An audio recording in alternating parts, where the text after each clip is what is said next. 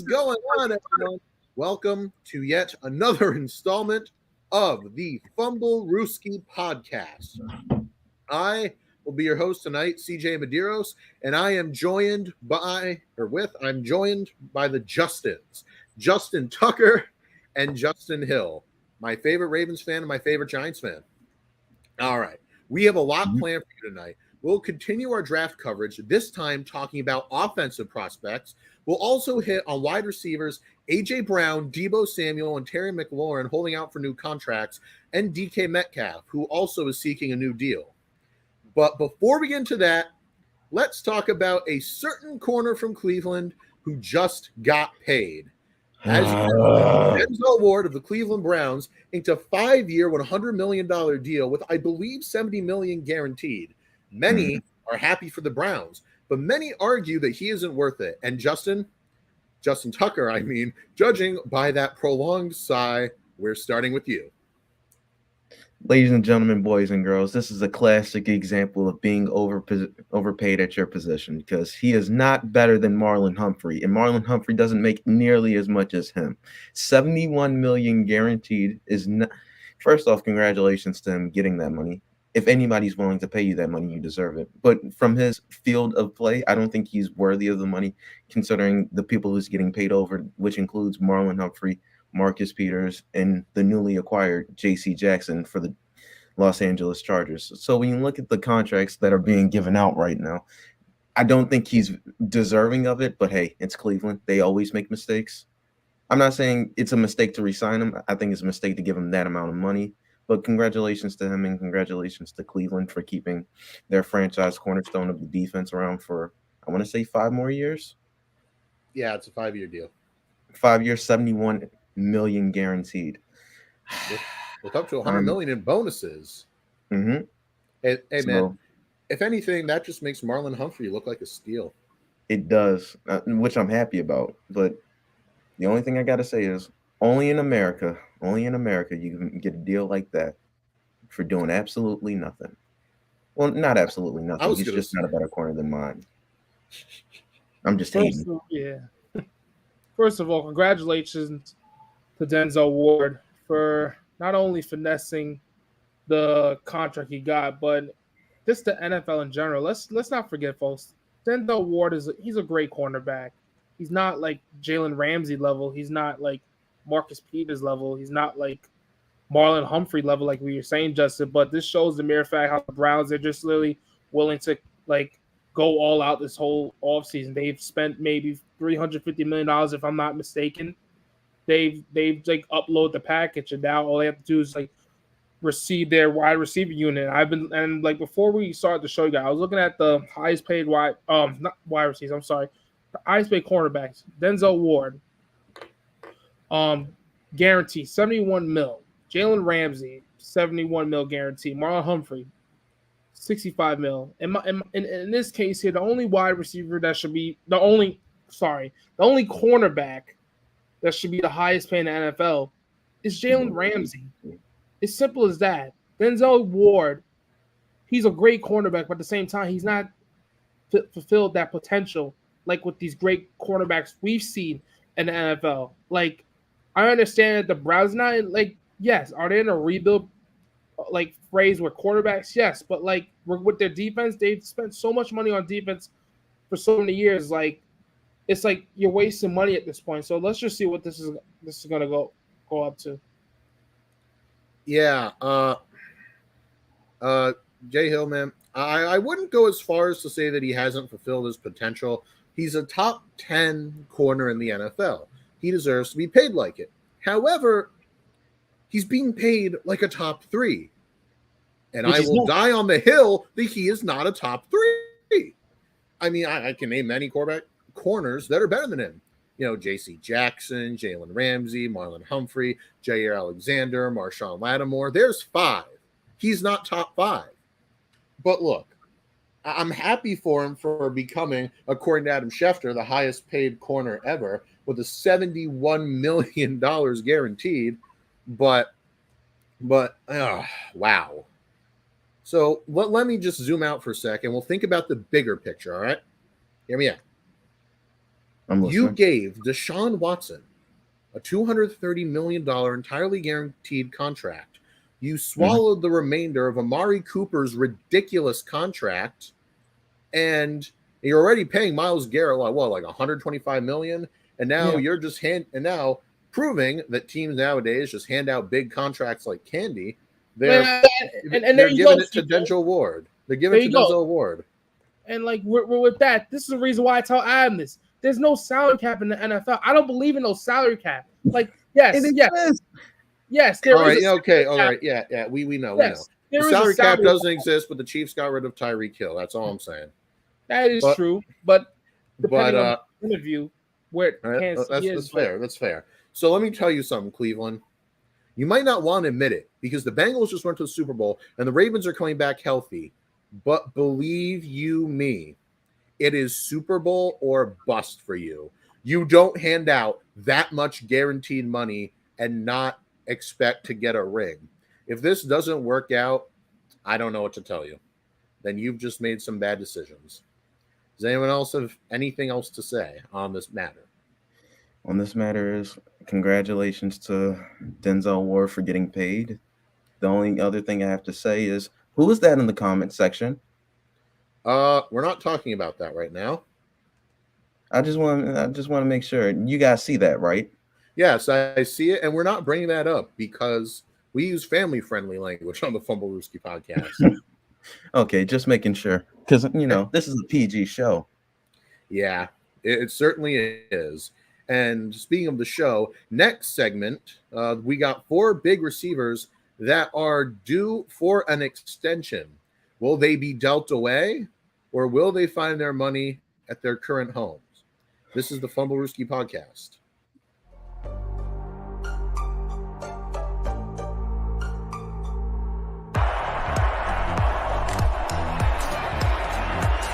Here's Edelman broken up, and the pass is no sign yet. Edelman comes down with a football. They're saying it's a catch. This is caught.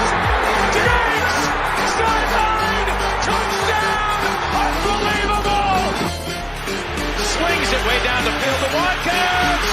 Sammy Watkins for the touchdown!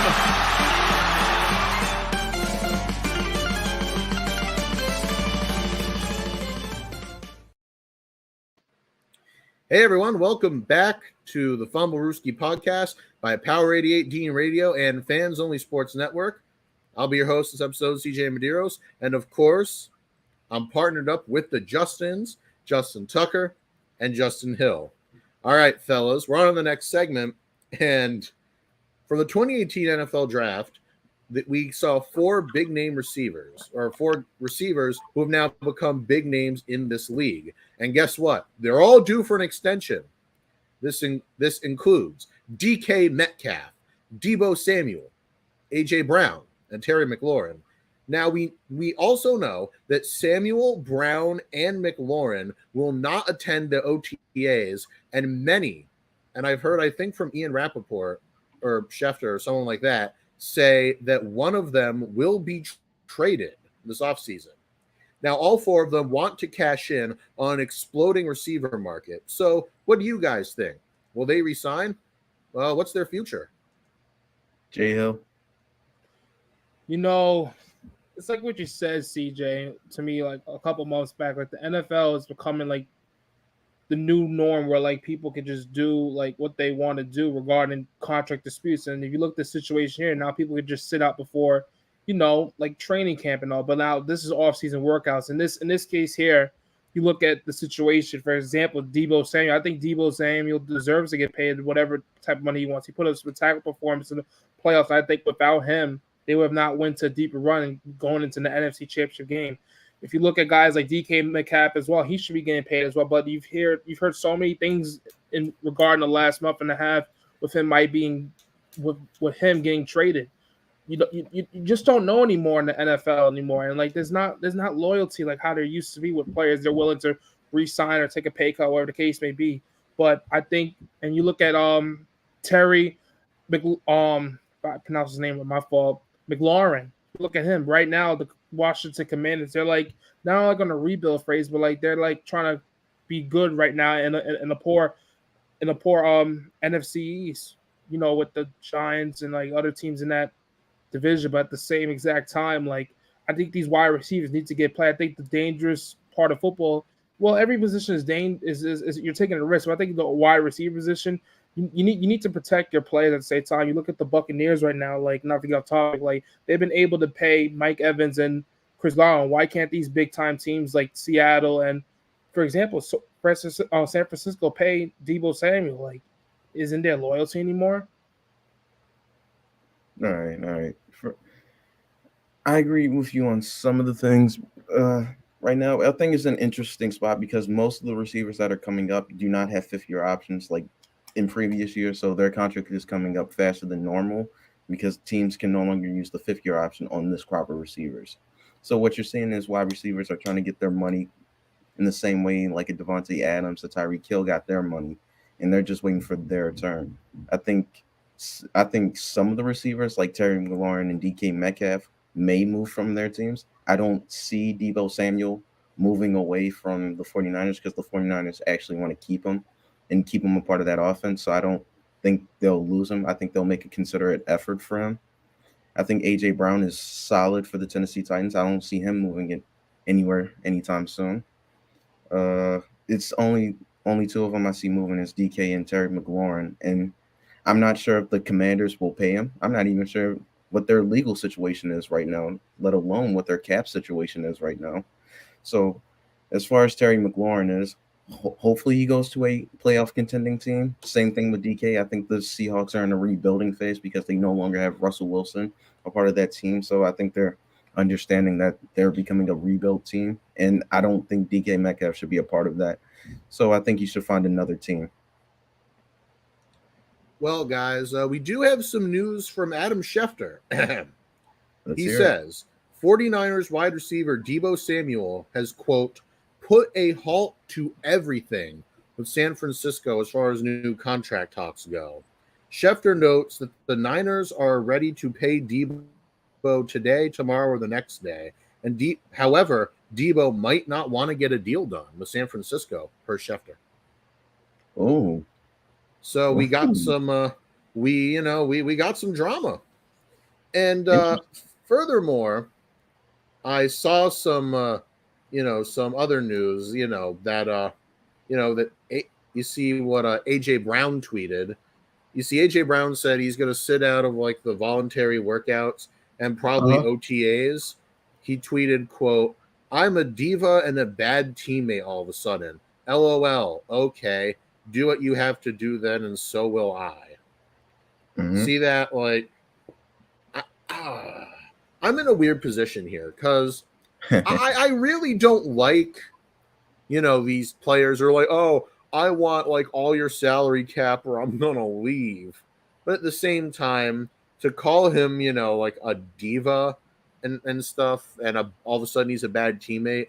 So, I wish the fans would be a little more respectful. And also, A.J. Brown, also, by the way, some Jets fans were saying they were in an A.J. Brown sweepstakes. And guess what? A.J. Brown liked a tweet confirming that he didn't want to go to the Jets. Sorry, Jets fans. You are not getting A.J. Brown. I don't blame him for feeling that way. Yeah, no, I wouldn't go there either. But, look, let's face it. They're all going to get paid. But the question is, where? Where are they going to get paid? I mean, I don't think DK Metcalf is going to want to be with a rebuilding team, kind of like what you guys said. It seems like Samuel, like I just said, is putting a halt on everything. So I have no idea what's going to happen there. McLaurin, if he's smart, will get the heck out of Washington because that place is imploding in on itself. And A.J. Brown, part of me feels like he's going to stay in Tennessee. I feel like he likes it there. He's got a good relationship with everyone. So, why ruin a good thing, Yeah, indeed. Because, he's a diva. Wow, yeah, you got me there. with AJ Brown, like I definitely do not see him leaving Tennessee. I think Tennessee, they're at a point to where that AJ Brown is their number one receiver. Let's just keep that straight right there. Mhm. They've been able to pay Ryan Tannehill, Derrick Henry, some of their defenders. Like, they need to pay this guy. Like, this is their best receivers. Like, listen, everyone was saying, like, oh, Julio Jones, he's going to be, like, terrific in Tennessee. No, A.J. Brown was carrying the squad while he was down. Let's, like, be real honest with ourselves. There's no way in heck he's going to leave. But I can definitely see DK Metcalf leaving. And I definitely see him leaving is because you've seen Russell Wilson leave. You've seen the rumors of culture situations. They don't even have like a real starting quarterback. Like what? The Seahawks like re-signed Geno Smith to a 1-year deal. You think Geno's gonna really throw down the field to DK Metcalf like what DK Metcalf wants? No, I think DK Metcalf, they need to explore his options in order to trade him and where to get his money. Well, you make a terrific point, Justin, when you say that a lot of these players' contracts are coming to a halt. Listen, if I'm these players, would I take the money they offer me? No, I would want what I want, but you need to be careful because we've seen this before, you guys. We've seen situations like Le'Veon Bell sitting out and then getting paid and then 2 years later getting cut. So you need to keep that in mind, you guys, there. Yeah, you're totally right. And we have some more news. This isn't about these 4 receivers, but it is about a receiver. Per ESPN's Jeremy Fowler, 5-time Pro Bowl wide receiver Jarvis Landry is visiting the New Orleans Saints this week. He should be there tomorrow. And New Orleans is looking for wide receiver help for a while. So, however, the Browns are still in the mix for Landry as well. So, yeah, there's that as far as receiver news goes. And one last thing, unless one of you guys want to chime in here about this receiver group. I have heard this, also about Deebo Samuel. And, well, this is, something that, you never want to see happen. But apparently, Deebo Samuel, per CBSSports.com, has said that he has been receiving death threats and racist messages over his contract situation. Fans are upset. There's a real possibility they might lose him. And yeah, Niners fans, this is certainly the way to keep your receiver. Good job. But yeah, and like I said earlier, fans, are attacking AJ Brown. Now they're calling, now they're attacking Deebo Samuel. Like, come on now. I mean, I don't like, this whole let's all grab money in an overinflated wide receiver market because the Jaguars overpaid Christian Kirk move either. But come on, that's a step too far, I think. Hell yeah. And also, let's just face it, everyone wants to cash in now because of the Jaguars giving Christian Kirk a stupid contract. These are just the facts. Yeah. Yeah. My final comment is, I think if Mike Thomas is healthy, I think a combination of him and Jarvis Landry would be good because both of them can work the inside and the outside. So I think that could be a good combination. And also, who said McLaurin would make a great Patriot? He's not on the market just yet, bucko. Let's calm down. Yep. Yeah. I 100% agree. And we're going to go to break right now, but don't go away because we're going to start talking about my favorite thing about the football, the NFL draft. This is the Fumblerooski Podcast.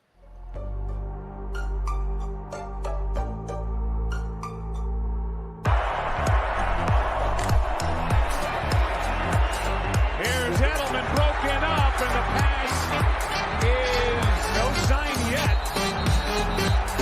Edelman comes down with a football. They're saying it's a catch. It's caught! Diggs! Sideline! Touchdown! Unbelievable! Swings it way down the field to Watkins! Sammy Watkins for the touchdown!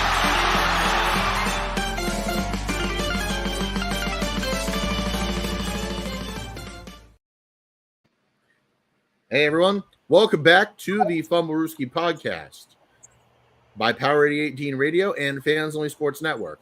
I'm CJ Medieros, and I'm with Justin Tucker and Justin Hill. All right, we're moving to talk about the NFL draft, and let me tell you something, guys. I'm sure you all know this, but I'm a big draft guy. Love me the NFL draft. And this draft is a bit interesting because it is really light on quarterbacks. And personally, I don't think any of them should really be in the first round. But, there's got to be at least 2 every year that go in the first round. That's just kind of how it is. But I want to see what you guys think. Who are your favorite quarterbacks? Jay Hill, we're starting with you, man. Thanks, CJ. So you said quarterbacks? Yep. So I digged in a couple of research before we even started, but I picked Garrett Wilson. Quarterback. Quarterback? Yeah. Quarterback. Oh, my fault. I'm tripping.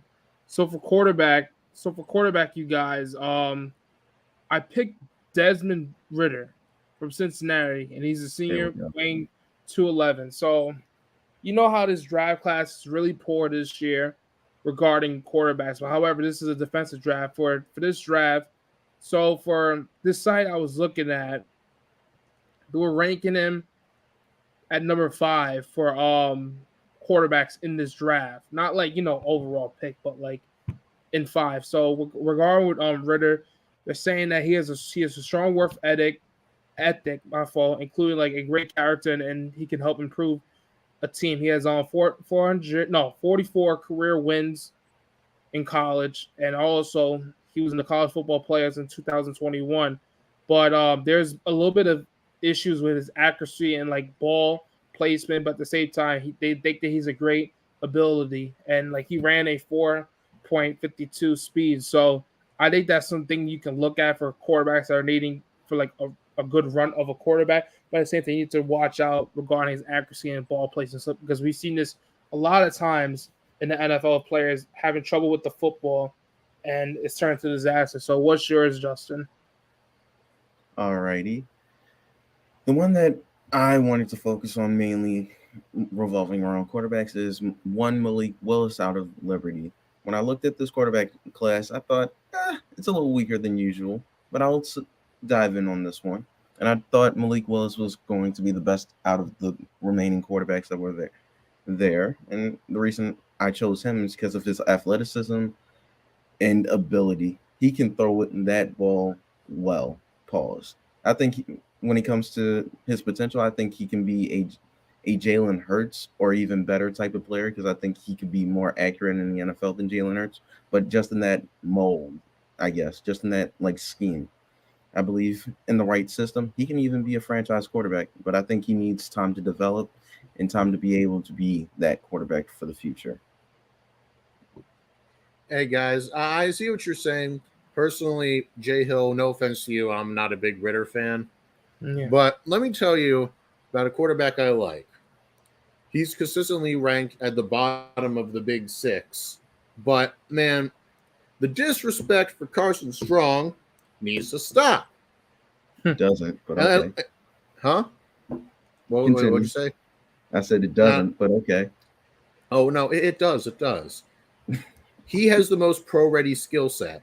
But he's not an attractive pick because, he's not a running quarterback. This is the age of the running quarterback. Yeah, and they all get hurt. What do you want from me? So let me tell you something. He's got a great football IQ. He's a highly regarded team captain. He takes care of the football, and he's got the stature of a quarterback, 6'3", about 225. He's a great velocity and touch on the ball. His release is effortless. He makes these precision throws. He can like throw his receivers open and throw them away from trouble. And you can make a case he's got one of the best arms in this draft. But, I will grant you that his medical history is a little alarming. And but that's how people talk about it. They say, oh, he's not mobile. He must not be good. Can we stop with the age of the mobile quarterback? I'm getting tired of it. And I like them, but can we stop like drafting or grading these quarterbacks on whether or not they can run? It's like, oh, yeah, he can't run. He must not be very good. No, I disagree. I would say Carson Strong is one of the 3 best quarterbacks in this draft. But I'm sorry, I'm rambling. Do any of you guys have anything else to say about your guys or about each other's guys or what? All I'm gonna say about this, there's a reason why everybody's moving towards, mobile quarterbacks, because you can't be, how would I describe? You can't just sit stiff in the pocket. You actually have to move around in the pocket now. You can't. He be can move around in the unathletic pocket. Strong as a great pocket presence. He's kind of like Aaron Rodgers. He can get out and make throws. Stop it. Oh yeah, I know you love your mobile quarterbacks. Watch Lamar be out of the league in 7 years after he busts his ACL. After he wins 55 more, no, not 5, another MVP in a Super Bowl. Who, Lamar the quarter? Dear. Jackson? I know you're not. Who's your quarterback right now? Y'all need to draft a quarterback. Man, we got Tyrod Taylor. That's all I gotta say. The fact that he's not Danny Dimes gonna issue. tear his ACL. Guys, come on now. Come on, guys. I mean, look, I understand. It's just that look at these past few Super Bowls. Go back to we'll say 2010. How many of those that won the Super Bowl are mobile quarterbacks? Two mobile quarterbacks since 2010 have won the Super Bowl, which were Russ and Patrick Mahomes. I rest my case. Yeah, that's fair. But again, it's Brady and Manning for almost the rest of them. And Nick Foles and Joe Flacco and Jimmy G and Matt Stafford. I keep on. And the other Manning. Yeah, I keep on forgetting about the other Manning. You're right. Because I keep on thinking it's like Manning and Brady in the Super Bowls all the damn time. No. It was mostly just Brady. But like I said, there's also guys, like I said, Nick Foles, Jimmy Garoppolo, Matt Stafford, the Mannings, Joe Flacco. I'm just saying. I'm not saying Garoppolo's winning, but he was there. Other non-mobile quarterbacks who made it too, like Matt Ryan and Joe Burrow. I mean, Joe Burrow can run, but he's not a mobile quarterback. But you know what?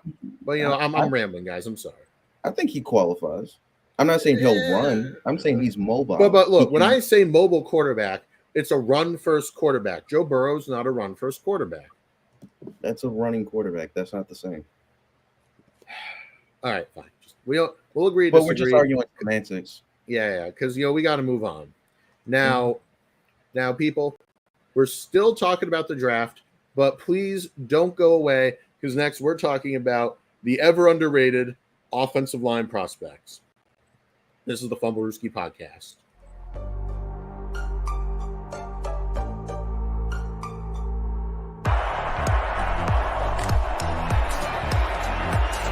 Here's Edelman broken up, and the pass is no sign yet. Edelman comes down with a football. They're saying it's a catch. It's caught. Diggs! Sideline! Touchdown! Unbelievable! Swings it way down the field to Watkins. Sammy Watkins for the touchdown!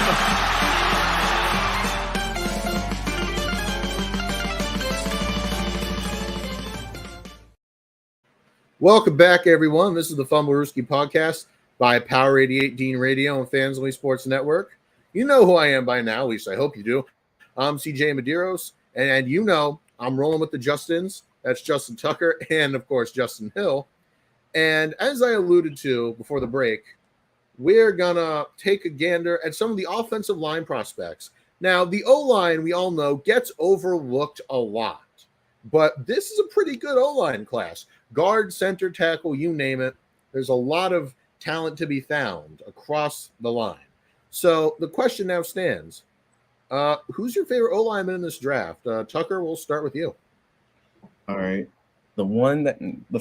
My favorite O-lineman and the one that's been getting, ironically, drafted to the Ravens is my guy, Trevor Penning.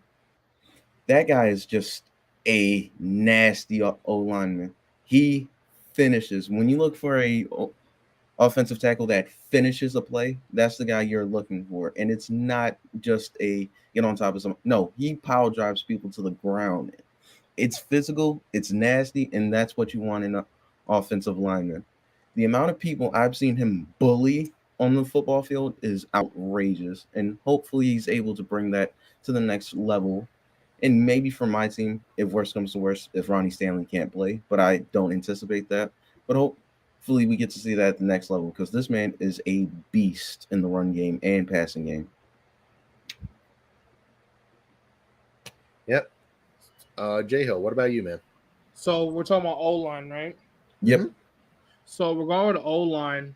I have Evan Neal out of Alabama. Why I chose Alabama is because, Nick Saban and all, like, Mhm. whoever comes out of Standard. Alabama, they wind up being either great or bust, but you choose to be great at the same time. So with him, if you look at weaknesses regarding of him, his level lunge, meaning like his speed or whatever, but at the same time, he has a great awareness and the presence of mind regarding blocking. So you definitely need that in type of case. And I think the Giants, like, not to be biased, I think they should definitely grab him, or maybe some team that's like contending in the top 5 picks in the draft that should maybe that needs an O-line. If you look at some teams right now, like, the Jaguars, the Jets, they need some ends of an O-line situation, including the Giants as well. So I think that would be a terrific grab for any single team because right now in football, the day and age we live in, you either like win or lose by the football. You definitely need the O-line to definitely cover you up in key situations to help you win a ball game or get field goal range.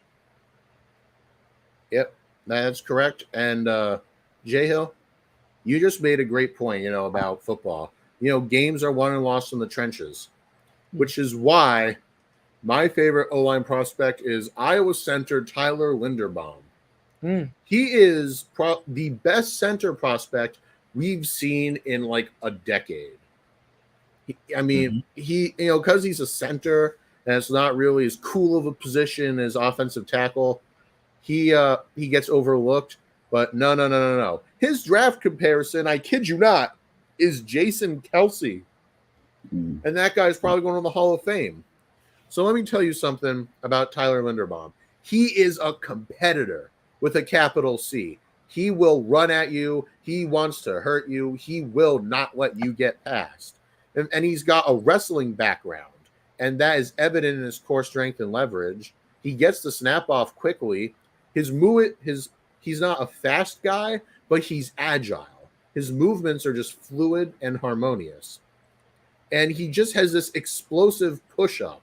And he's only 6'2", which is kind of small for a lineman, but hey, low center of gravity means you have that leverage. And it's just he's good at creating running lanes, and he's a great blocker to follow because he's not content with pancaking you. He will push you back. He will just go and go and go and go and just not run you over, but he will just keep moving you. And let me tell you something, you're not going to be able to tackle anyone with him breathing down your neck. And his pass protection is great. He has literally 10-inch hands, which are great for an offensive lineman, especially in pass protection.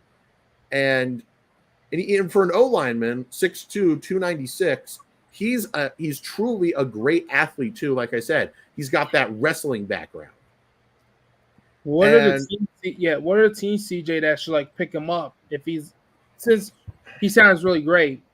Oh yeah, that's I don't really know. This draft is really chaotic in its nature, and truth be told, I have no idea where he's going to end up. But if I had to think about it, I would say if he's there, the Arizona Cardinals should probably draft him because their the interior of their offensive line, truthfully, isn't that great. Their guards are lackluster. Their centers are not really that good. So why not short up with Tyler Linderbaum? Lure Kyler Murray back with a franchise center. And his draft grade is a 6.7, meaning he's projected to start year 1. And look, not draft-wise in mock drafts, but in terms of being a prospect, Tyler Linderbaum is a year 1 starter. And he can come out and play well out of the gate. And furthermore, he's a top 10 prospect in this draft. And the fact he's not going to go top 10, whatever team gets him, consider yourself very, very lucky. Does anyone else have anything to say about their linemen? Any new points you'd like to create? I think I yeah. agree with You both go, of y'all. Justin. I agree with both of y'all about your prospects. I agree mainly if he goes to Arizona because then he actually has a legit center that he can rely upon, and he has the weapons around him. So if he ever needs to like double team, like an Aaron Donald, who he'll have to face twice a year, I think it'll be nice to have Tyler Linderbaum as his center. So I agree. Definitely. I love all you guys' suggestions on where like these O-line people should land in the draft. I think this year this is a defensive draft. This is not like a quarterback draft like last year and years prior. I think this is like the year of teams they can make a strong change, not including rebuild as well, but a strong change towards a team's defense. We want to see more defensive games in football, not just offensively like we love, but we want to see defensive games in football as well. And like I always say, his defense was championships. And at the same time, I think this year's class is going to show much improvement to teams that we're going to be shell shocked to see for the rest of the 3 months of great football this year in the regular season and in playoffs. You know what I'm saying? But yeah. Oh yeah, you're 100% correct, and so that's all the time we have for this segment. But next it gets interesting because we're going to be talking about a stacked wide receiver class. This is the Fumble Roosky Podcast.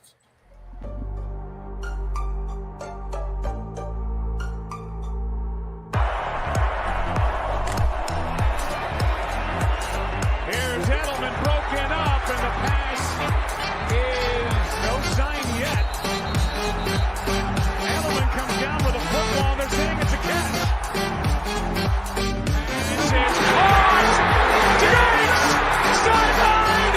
Touchdown! Unbelievable! Slings it way down the field to Watkins! Sammy Watkins for the touchdown!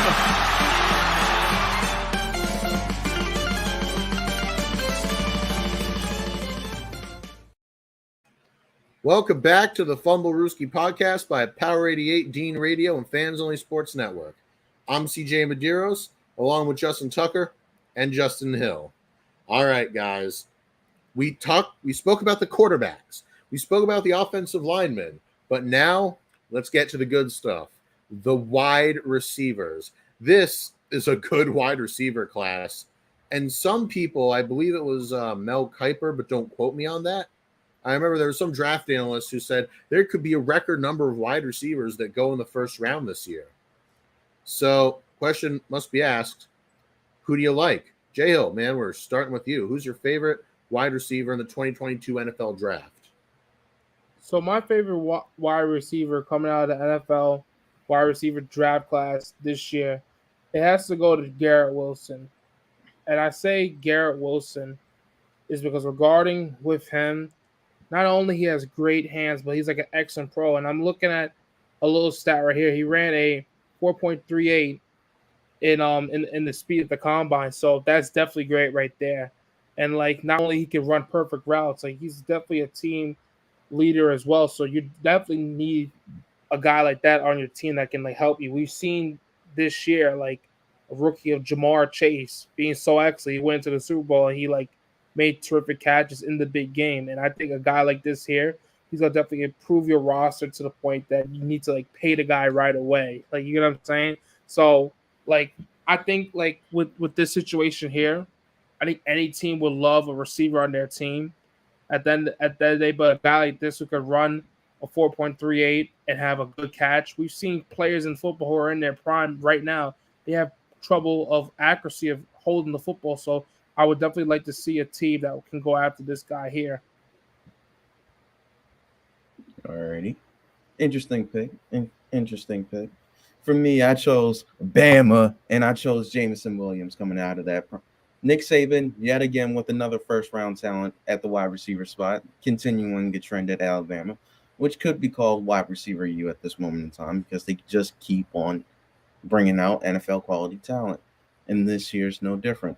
I have my eyes on Jameson Williams mainly because if he comes out fine despite the ACL injury, watch out because I think he'll be an immediate day one starter, assuming all his health is in order. Like If his ACL isn't fine, then obviously you're going to have to take note of that. But if he's fine after the ACL injury, watch out, because I believe he's a day one starter and has game-breaking speed. You can't leave him one-on-one against a corner out there, because if he gets past him, it's an immediate touchdown. So they're going to have to put two people on him at all times because he's just that fast. He's going to probably play the Y or the Z, because that way he can be off the line and therefore avoid press coverage. And if they can't get their hands on him, good luck trying to stop him. So I think if a team gets him, they're getting a hell of a wide receiver. Hey man, I couldn't agree more. I'm a huge JMO fan, but let me tell you who I'm a big fan of. My man from USC, Drake London. Now, when we were talking about the best wide receivers in the fan box, I think it was last episode or 2 episodes ago, I was adamant that I'm a Drake London fan. And he's what you want in a modern receiver. He's fast and he's big and lanky. He's 6'4", 220 pounds. His movements are fluid. He's agile, and he is an excellent deep threat. And he not only can he beat you with speed, he wins those 50-50 balls with his big frame. He offers great mismatch potential on every corner, and he's just got this great work ethic with a pro demeanor. He can create these tight angles, and he's not a clumsy runner. He's very clean with those cuts. He can get inside leverage on the slot. He can play outside. He finds deep balls quickly, and more often than not, he wins those 50-50 balls, and he can meet those contested throws with his long arm extension. Oh, and keep in mind, he has 33-inch arms. That's huge for a receiver. That means that catch radius is huge. No question. And it's just, he's a great route runner. His hands are good. He's big. He's fast. The only red flag that he has, for me at least, his injuries. I don't think he's ever played more than 8 games in a season, and that's something as a team you have to take note of. But then again, we have elite conditioning coaches at the NFL level, and it would be good, kind of just to ease him in. He, like what Tucker said about Williams, is that he can come in and he can play right away. So what do you guys think? Anything that you like, maybe other receivers? What do you think? Again, I've been the only one talking about Chris Olave out of Ohio State along with Garrett Wilson. I think he'll be a good slot receiver in the NFL. I think he'll be either a late day 1 or early day 2 pick. And my other guy is George Pickens. I like the way he plays football. I like the way he blocks. I like the way he catches the ball. I like the way how he gets separation. I like how he uses his body frame. I just like the energy he puts out on the field. And he's a national champion, so he has that pedigree. Yeah, I hear you. But for me, I'm a surprise. I like John Mechie. Now, he's not going in the first round, due to his injury and all. But make no mistake, Mechie is also a guy who, would behoove a lot of people to, to keep an eye on, as it were. Mm-hmm. And the thing with John Mechie is, like I said, he's hurt. There's no guarantee he's going to start the season. But he's got the potential to really develop into a good starter. He's one of the best slot receivers in this draft. He doesn't really have that explosiveness, but still, he's a good route runner and can create space. And he can play like every receiver spot on the field. Yeah, but his speed might be a problem in the league. Hey, but we'll see. There's coach. You can coach him up on that. Yeah, he has to be a phenomenal route runner if he can't win with speed. Which he is. I think he's a good one. Is he the Fair best enough. route runner? He's see. not the best, but he's top 5 route runner in this draft. Yeah. Well, if there's nothing more to say, we can put the segment to rest. And next segment, we'll be going to the Fumble Roosky Fan Box. Don't go away. You're definitely not going to want to miss that. This is the Fumblerooski Podcast.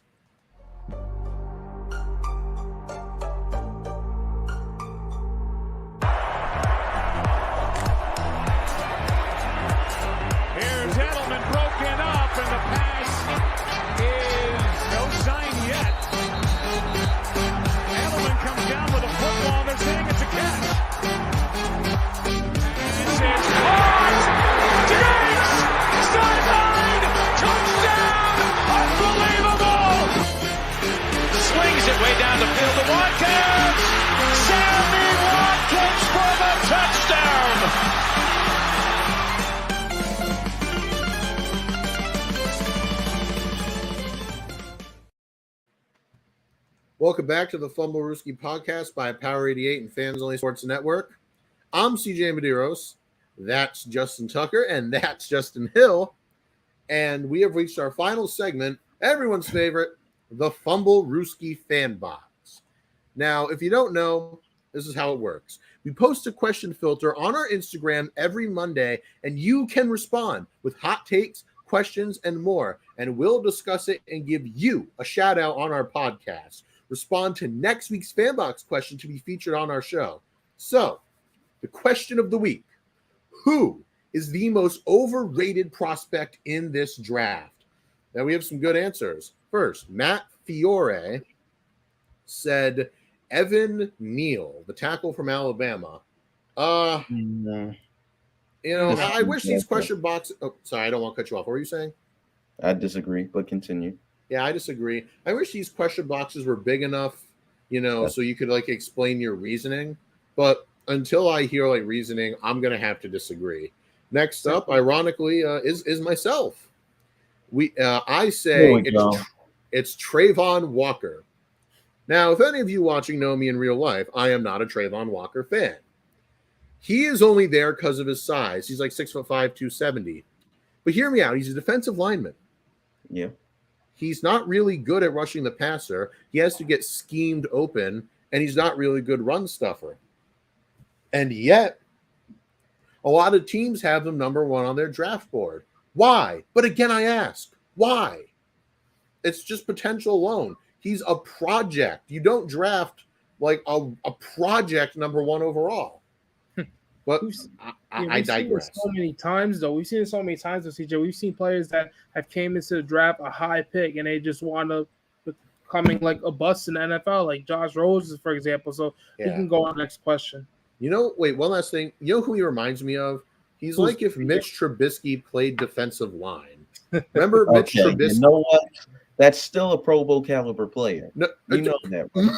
Mitch Trubisky, I think not. I'm just going to say this. I'm not saying he's going to turn out like Mitch Trubisky. I'm just saying he was projected to be a late first rounder. We all knew he was decent, but inexplicably he shot up people's draft boards. And at this point in time, it's more than likely he goes top 5, which is something I disagree with strongly. I'm not saying he's like Mitch Trubisky. I'm just saying the situation is Mitch Trubisky-esque. Next is a good friend of the show, Patrick Williver, who says, quote, I am an Ohio State fan, but honestly, Olave is overrated. He's a great college receiver, but it won't translate. Jay Hill, do you like Olave? Tucker, do you like Olave? I think I've made it clear that he should be a day 1, day 2 prospect. If you're thinking he's – what do you mean? No. I was just going to say, no, continue. I believe if you put him in the slot, he can be productive. I don't really see him working anywhere else because I think he's wiry enough in the slot to be a matchup nightmare for some people. So if you think he's going to be a clear-cut number 1 draft pick, then number 1 receiver off the board, then he might be overrated. But I don't see him as that, and I think he should go late first, early second. Yeah, he's a first-round caliber player, but he's kind of like a safe pick. Not the highest of ceilings, but he's got a high floor. Next, another friend of the show, good old Tyson Tate. Tyson Tate says, Desmond Ridder, in my opinion. And Tyson Tate, I salute you. Desmond Ridder is overrated. And Jay Hill, I know you said you liked him, but I do not like Ridder's accuracy. I do not like his ability to read defenses. And Lord, I don't like his mechanics. Desmond Ridder, in my opinion, is going to have to completely remake his game at the NFL level. You can disagree, and I'm open to criticism, but these are just my beliefs. I definitely agree with coming from. We've seen great quarterbacks fix their game before when they came in. For example, Aaron Rodgers. You know how Aaron Rodgers used to throw a little type of way like this, but now he throws with his forward to the ball. We've seen great quarterbacks change their format into how to throw a ball. Look at Tom Brady. Remember how he used to throw it straight? Now he just takes his time in the present. So we definitely see a lot of quarterbacks change their momentum. But I could definitely see where you're coming from. Yeah. Up next is Tyler Sumner, who said Hutchison. Now, I'm pretty sure he means Hutchinson, as in Michigan defensive end Aiden Hutchinson. Won't lie to you, man. I don't know where you're coming from on this. I like Hutchinson. Don't know why you feel that way, but is it because he's a Michigan man? Is that why you feel this way? Is that it? We don't get into that. But yeah, I mean, once again, I wish the question box is big enough so they could explain themselves, because I would love to hear some of their reasoning. And finally, Secret Weapon Consulting says all of the quarterbacks. And Secret Weapon Consulting's right on the money. I won't lie to you. This is not a good quarterback class. We've been over this. It's a solid one. I wouldn't call it. I mean, look, it's a solid one, but I genuinely believe if all of these guys came out in last year's draft, not a single one would go in the first round. I guarantee it. I think Malik Willis would go in. No, I don't think he would. He was not better than any of the 5 quarterbacks that came out. He's not better than Lawrence or Wilson or Lance or Fields or Jones. It depends on where you rank Mac Jones and Fields. I'm not saying he's if Mac Jones or Fields are in this draft, they would be far and away number 1. Yeah, but I'm saying what I'm telling you is, looking back at that draft, I could see them or some team picking up Malik Willis in the later draft. I could see that. I mean, maybe in the later first round. I get it. The package. Yeah, and we were all against it. That was just a boneheaded move by their GM. But hey, it is what it is. So, does anyone else have anything more to say? All right, then. Let's hit the wrap up. That'll do it for us tonight. Thanks for listening. Be sure to tune in to us live Tuesdays at 7:30 on Twitter and Facebook and through Fans Only Sports Network. Be sure to subscribe to our YouTube channel, and we'll also have our episodes available on Spotify, Spreaker, Apple Podcasts, iHeartRadio, Google Podcasts, and so much more. Also, be sure to follow our Instagram at Fumblerooski_podcast to keep up with our latest coverage of the NFL. Otherwise, we'll see you next week. Over and out. Bye-bye.